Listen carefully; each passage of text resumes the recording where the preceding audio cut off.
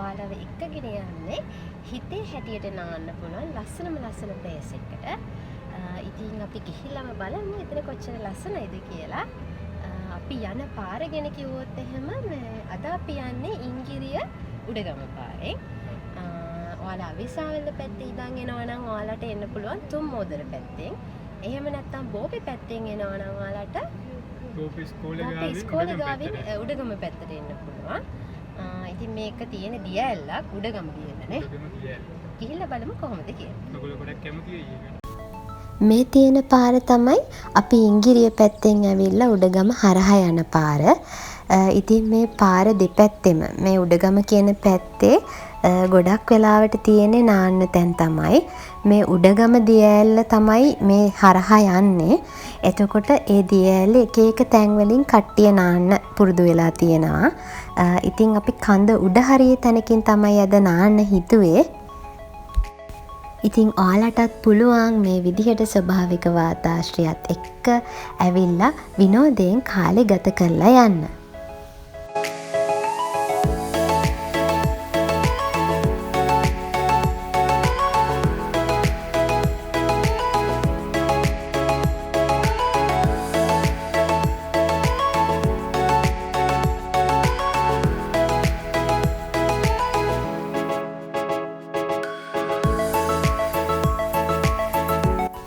මේ පේන ඊතලයේ ළඟින් පල්ලෙහාට තමයි අපි නාන තැනට යන්න තියෙන්නේ. මෙතන කැලෑව දෙපැත්තෙන් පොඩි පටු පාරකින් යන්න තියෙන්නේ. ටිකක් මේ දවස්වල වහිනත් හින්දා මැටි වගේ ලිස්සන ගතියක් තියෙනවා. ඒ නිසා ඔයගොල්ලෝ යනවා නම් පරිස්සමෙන් යන්න. අනික තනියෙන් යනවට වැඩිය ගොඩක් හොඳයි කට්ටියක් එක්ක යනවා නම්.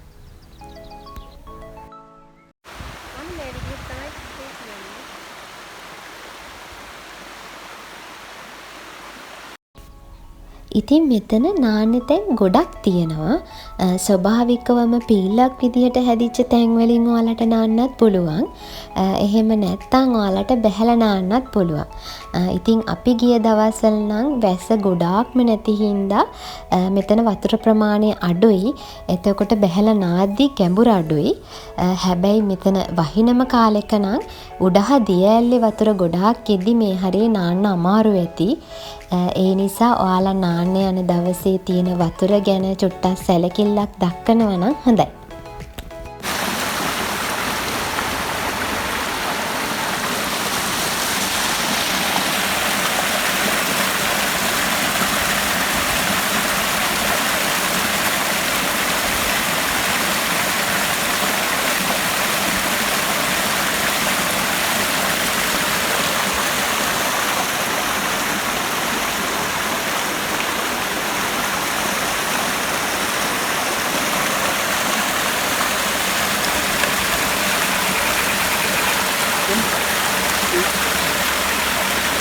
ලහැට යන්න ගන්නේ.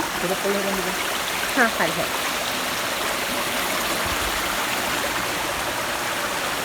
මෙතන දියැල තියෙන්නේ. අතන ගලට යන්නද?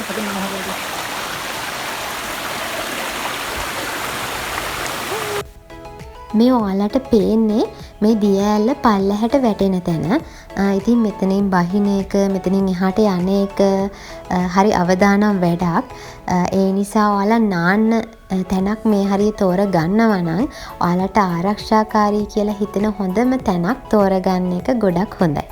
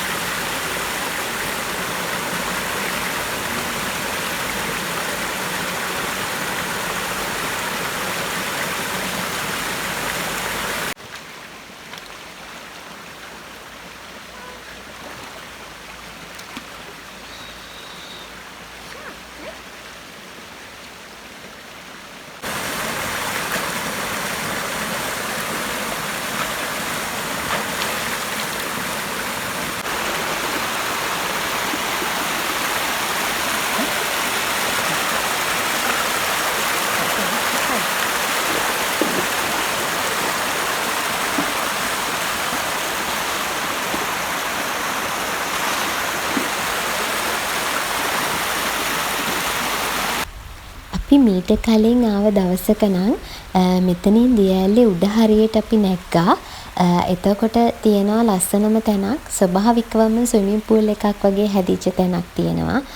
ඉතින් එතන වතුර ගොඩක් සීතලයි. ඒ වගේ මෙතන හැදිලා තියෙන පරිසරය හරි ලස්සනයි. ඉතින් මට අද ඔයාලට ඒක පෙන්වන්න බැහැ. මොකද අද අපි දෙන්න විතරයි ආවේ.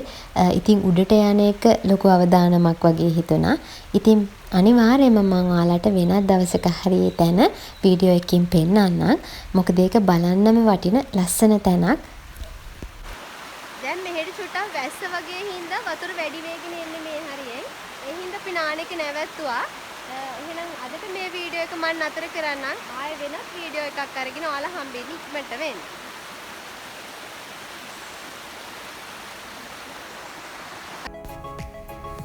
මේ තියෙන්නේ අපි නගිද්දී චුට්ටක් මම වීඩියෝ ක්ලිප් එකක් අරගත්ත තියෙන පාර. මම ඔයාලට මුලදිත් කිව්ව පාර පටුයි කියලා. මේ වගේ ලිස්සන සුඩු පාරක් තමයි තියෙන්නේ. ඒ නිසා අවදානෙන් නගින්න බහින්න ඕනේ. මේ වගේ තැන්වලින් ඔයාලා නාන්න යනවා නම් අනිවාර්යයෙන්ම කට්ටියක් එක්ක යන්න. මොකද තනියෙන් යනවා නම් ඒක චුට්ටක් අවදානම්කාරී. ඉතින් අද අපි දෙන්න තනියෙන් ආව හින්දා එක තැනකින් විතරයි නෑවේ.